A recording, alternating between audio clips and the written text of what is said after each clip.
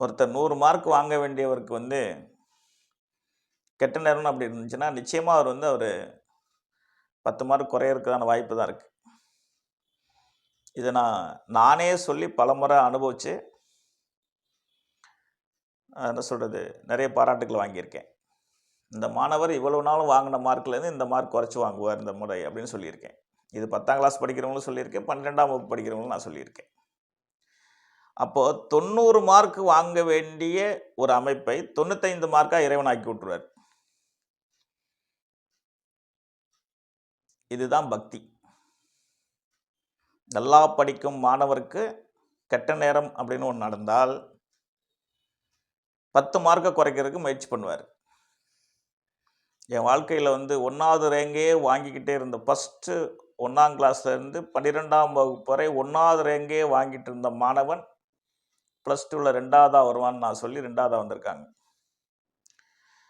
1வது ரேங்கே வாங்கிட்டு வந்த ஒரு மாணவன் 10ஆம் கிளாஸில் ஃபெயிலாக போயிடுவான்னு நான் சொல்லியிருக்கேன். அதே மாதிரி அவர் ஃபெயிலாக போயிட்டார். அது ஒரு கதை. அது இருந்தாலும் அது தேவையில்லை. கெட்ட நேரத்துக்கு அவ்வளோ ஒரு சக்தி உண்டு. அப்போ அந்த கெட்ட நேரம் அப்படிங்கிற ஒரு விஷயத்தை இறைவனிடத்தில் நாம் பரிசீலனை செய்ய வேண்டும் தானே. இறைவன் என்பது சத்தியம் தானே. காலம் என்பதும் சத்தியம், இறைவன் என்பதும் சத்தியம். அது மகாதேவன் அல்லவா.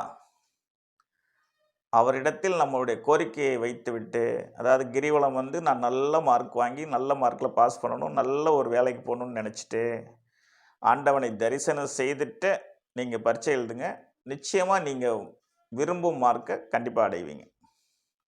அதில் உங்களுக்கு சந்தேகம் இருக்கவே வேண்டாம். ஆதியும் அந்தமும் அவர்.